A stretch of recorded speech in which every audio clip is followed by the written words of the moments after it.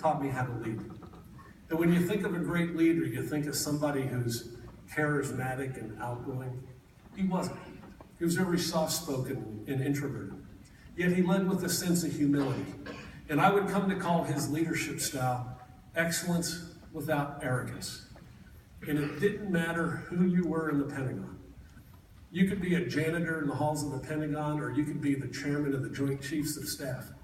He treated you with respect and dignity. People seemed to stand taller in his presence. And as I was preparing to leave his office to go take command of the ship, he called me in one day and gave me a piece of advice. He said, Mike, no matter how hard you try, Benfold is never going to be a perfect ship. He said, you're going to have disappointments every day. He said, when you're disappointed in an outcome, he said, I want you to remember one thing. He said, assume your crew wants to do a great job. And if you don't get the results you're looking for, don't blame them first, but instead look inward and ask yourself, did you clearly communicate the goals? Did you give them the time and the resources to do a great job? Did you give them the training so they knew how to do a great job? And did the process support them delivering the results you were looking for? And you know, I carried that advice with me every day on the ship. And whenever I was disappointed in something, I never blamed anybody else. I always looked inward and said, okay, how did I contribute to this and what can I do better next time? By far and away, the biggest event of my life happened the day I took command of the ship. And in the Navy, when there's a change of command ceremony, it's a big deal. Work stops a month prior. Crew paints the ship from top to bottom. They pitch a tent on the flight deck, put out 300 chairs for the visiting dignitaries.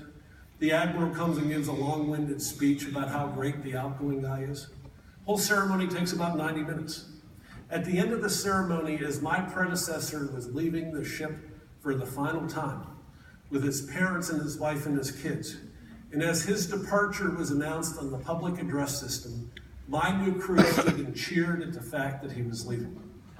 And in my entire career, I had never heard of or seen such a blatant sign of disrespect as what I was witnessing on this day. And the first thought that went through my mind was, what do I have to do to keep that from happening to me 2 years from now when I leave this ship? And the second thought that went through my mind was, you know what, I'm not here to be their friend. Being liked isn't part of my job description. But you know what is? Keeping them safe and making sure that we strive for excellence each and every day. And I realized I couldn't do that unless I earned their respect as their captain and if I respected them in return as my shipmates.